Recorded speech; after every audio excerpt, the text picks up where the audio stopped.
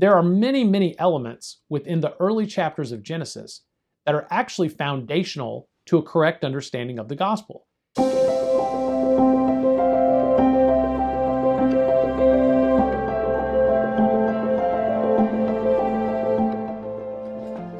Thank you for watching the Professor's Podcast, where we connect the Bible to life and culture.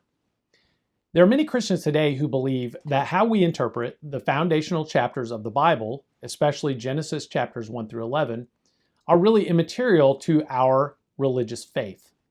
They would say that a person can still believe in Jesus and be saved regardless of how they view and understand the early chapters of Genesis.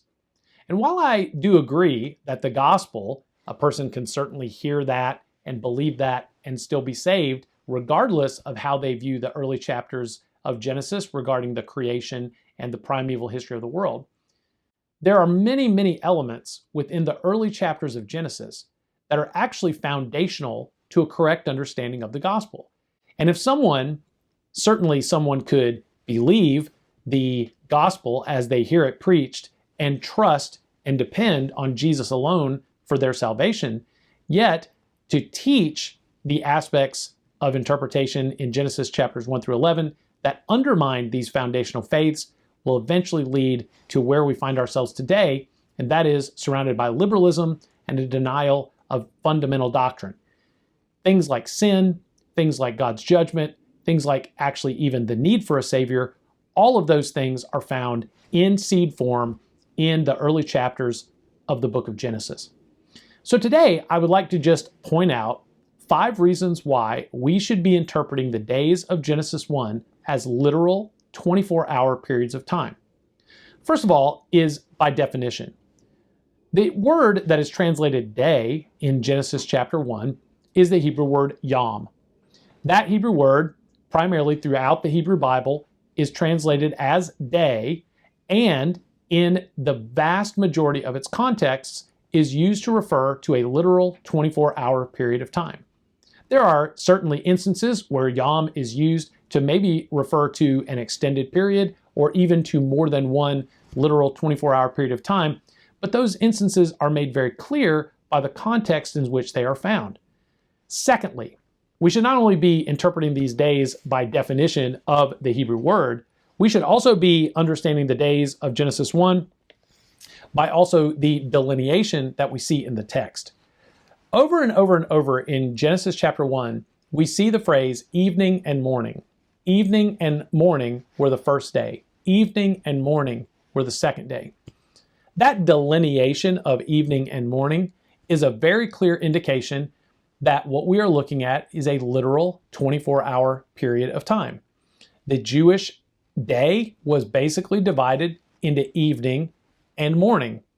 And so whenever the writer of Genesis says that the evening and the morning were the first day, he is very clearly pointing to the fact that the day in which he is talking about, the day of which he is speaking of, is a literal 24-hour period of time.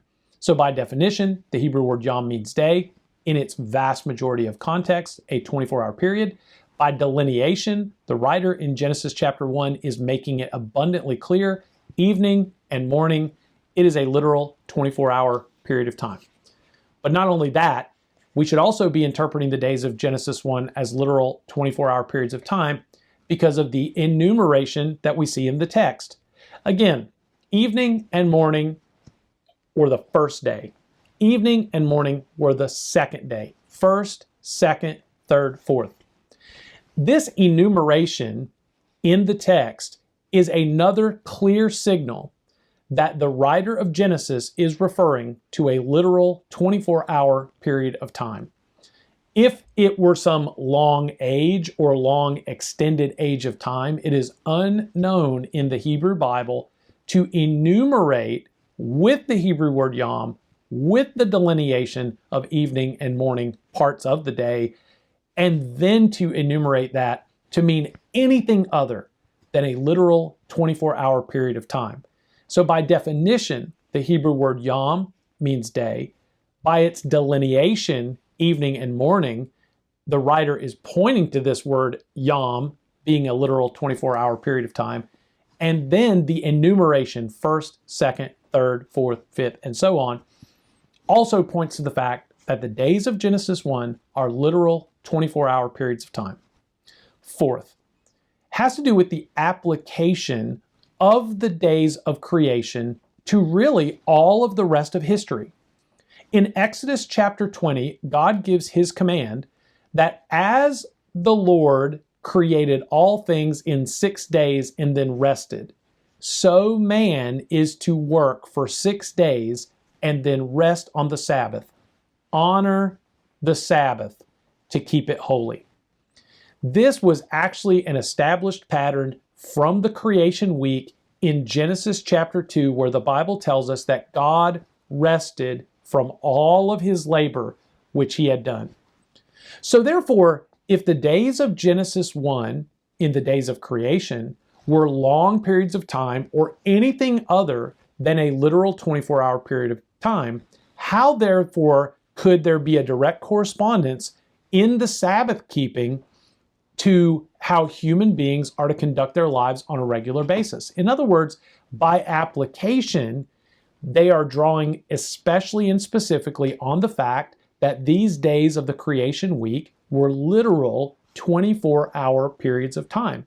Now, someone could argue that, well, Genesis 1, long ages of time, but then just by way of application, they drew from that this 7-day work week, and this is how they have come to that conclusion. That may very well be the case, perhaps in other instances that I am not aware of. But when you take the bulk of the evidence in Genesis 1, the Hebrew word yom, the delineation of evening and morning, the enumeration, first, second, third, and then pair that with the fact that by way of application in Genesis chapter 2 and then in the law in Exodus 20, the week of creation is viewed as a literal week of 7 days, 24-hour days. There's a strong case to be made for why we should be interpreting these days in Genesis 1 as literal 24-hour periods of time. Finally, and fifth, let me say that we should be interpreting the days of Genesis 1 as literal 24-hour periods of time because of church history. This is certainly not the strongest argument or reason for believing something in the Bible. There are a good number of interpretations that may be found in the early church that believers and Christians do not hold to today. A lot of reasons for that we don't have time to delve into a video like this. However, when you look at early church history and through the bulk of the history of the church, what you find is that both Jewish and Christian writers viewed the days of Genesis chapter 1 as literal 24-hour periods of time.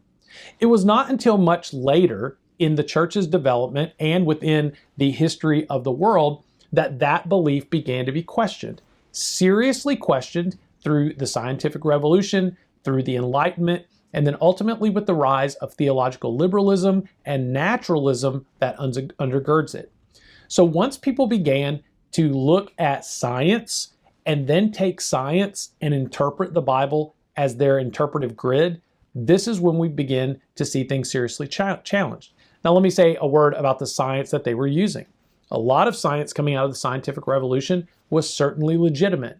However, through the scientific revolution and through the Enlightenment, there came a great host of ideas that actually were unauthenticated science. For example, Charles Lyell in his Principles of Geology, Charles Darwin in his Origin of Species.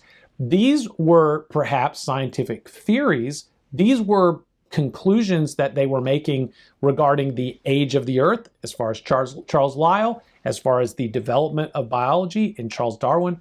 These were things that they were concluding based on their observations, but certainly were not making those observations scientifically. What they were talking about was not repeatable, was not testable, and for the most part was not observable. What they were looking at was evidence, and they interpreted the evidence as they saw fit. When Christians began to listen to the world of science, and then through that grid come to the Bible and try to interpret it, is when we get a serious challenge to the literal 24-hour days of creation in Genesis 1.